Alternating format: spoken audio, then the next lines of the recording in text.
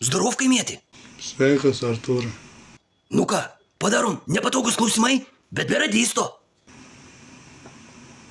Taigi, pirmas klausimas. Rašo Albina. Kiek turėjai moterų?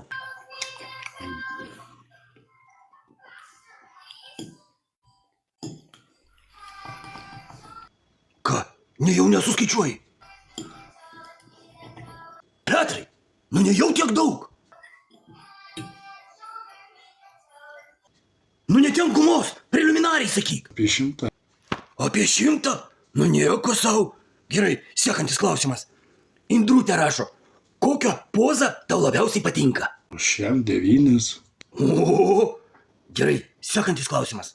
Dovilė rašo, kokias knygas ar žurnalus skaitai prieš miegą? Žurnalas Banginiai moteriai. Kas čia per žurnalas? Tai tu gal iš jo ir patirties semiesi?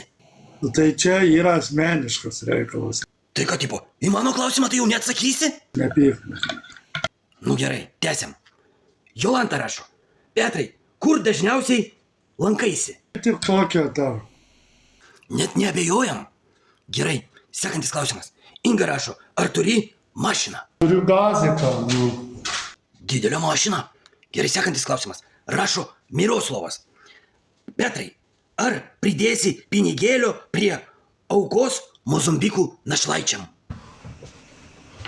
Nepridėsiu. O Lietuvos valkatėliam? Petrai, pratęsk posakį. Neimk į galvą, imk į... Širdį.